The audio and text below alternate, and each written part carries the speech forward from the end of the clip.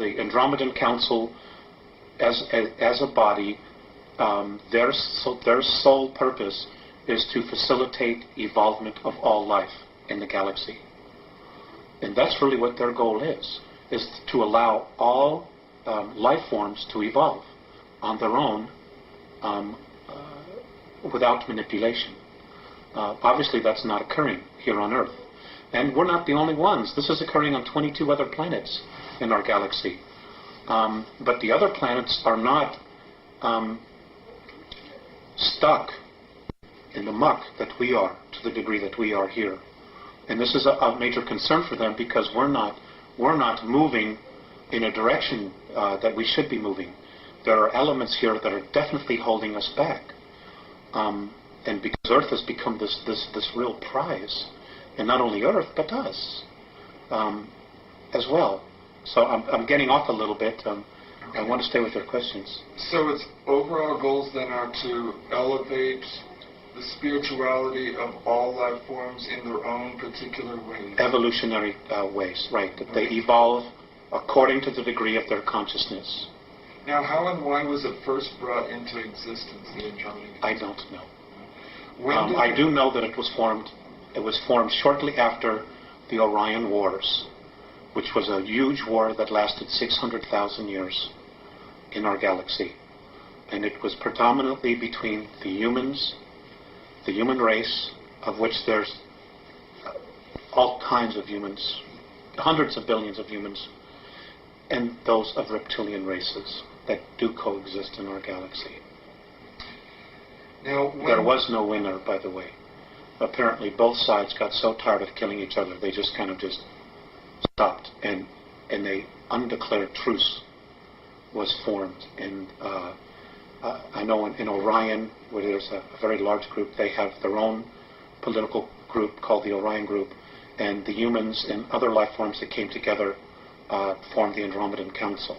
And there are others, that are a small part of each of the galaxy, and other galaxies apparently have their own little groups where people come together and decide, what's happening, or they communicate with each other. There's trade, there's bartering, there's a sharing of wisdom, of knowledge, of essences, so that everything can evolve together and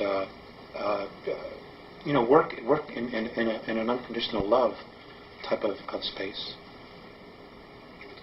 You're lucky. You're a lucky person, I think. I know you have a very difficult task, but I think you're very lucky to be given this wisdom. I feel very lucky.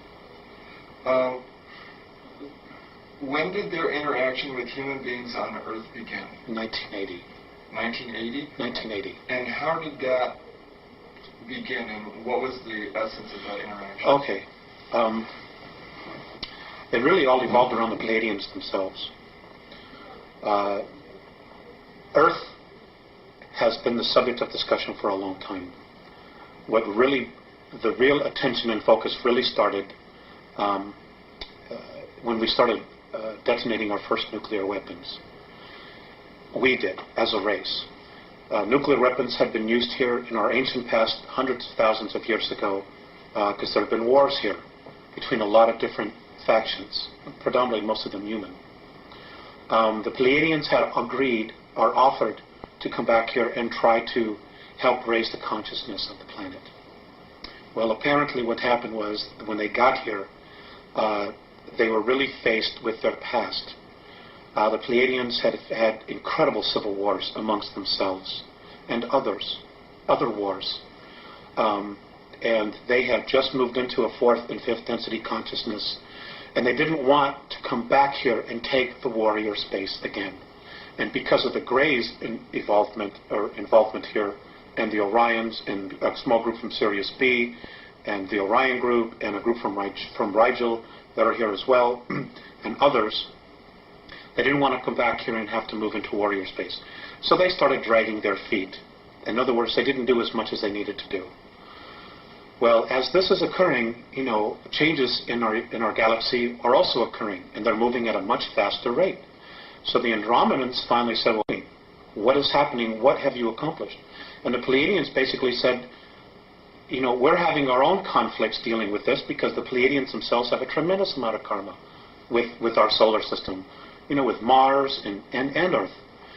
They simply just weren't as motivated as they should be or could have been to start making the changes here.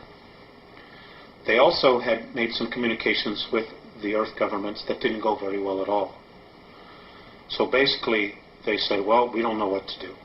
So the Andromedans themselves said, okay, well, we'll do it. We'll take this because it is important for the whole. We'll make an effort. Now, the Andromedans were probably the better choice because they don't have any karmic ties to us. So they're completely neutral, and they're probably better observers as well because of their neutrality. So they've basically been taking over, and what they did was they got involved in 1980. They're working with the Pleiadians, with the Sirians. They have... Which group of Sirians? From Sirius A. Sirius A. So what they're doing here now is they're trying to raise the consciousness. They came back in time to 1964 to contact me. I'm not the only one. There are others. There are also other people who are mediums or channels or whatever word you want to add to it, who are also getting information on a spiritual level. Octurians are also involved.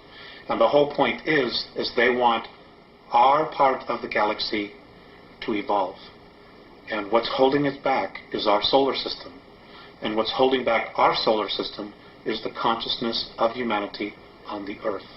The Earth herself, as an entity, spiritual entity, wants to move into fourth and fifth density. But she can't yet because of the consciousness of humanity.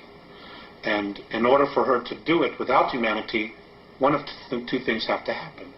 Humanity either has to shape up, grow up, as the Andromedans say, or humanity has to be removed and get out of the way. Cleansed. Exactly. Whatever term you want to use. But those options don't necessarily involve us using our free will. So that's the dilemma that we have.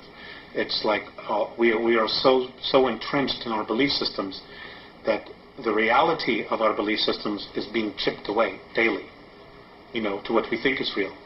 And an overlapping degree of thoughts and energy are being introduced that hopefully will open our perspective, enough people's perspective, to the point where we can experience a real leap in consciousness here.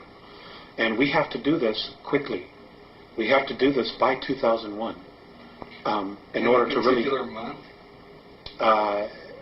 Between July and August. And what's happening? That's the probability. What's happening July, August 2001? Well, basically nothing, but, we're creating our future. Much of our future, that our belief systems, is being focused on the Book of Revelations, on other prophetic disasters that are to occur. So you're talking about self-fulfilling prophecy? Right. We're literally going to create it. We're literally going to create our own demise. Because we're buying into belief systems that say we ourselves are not mature enough or grown up enough to take care of our own selves. So we need somebody to come in here and take care of us. And that's an absolute recipe for disaster. Because, who would want to come down here and save us from ourselves? Because then they're going to have to tell us what it is that we're going to have to do. We're not taking responsibility for ourselves. The Andromedans say that, the divine plan is one of freedom. Any savior that comes down here and implements a government to save us, there's freedoms will be taken away from you. So that whole system of belief was part of the system of control that was set up in the first place. That's right. A lot of it has been Gray and Orion manipulations. Okay. And if you have time travel, it's very easy to go back in time and manipulate the future. It's very easy. And this they've done in an incredible way. They haven't been here thousands of years like our government says. The Greys have really only been here 59 years. Travel capabilities, they've gone back in time and they've been able to manipulate series of historical events to bring us to where we are now, to where we are asking for somebody to come in and save us. And they're already here.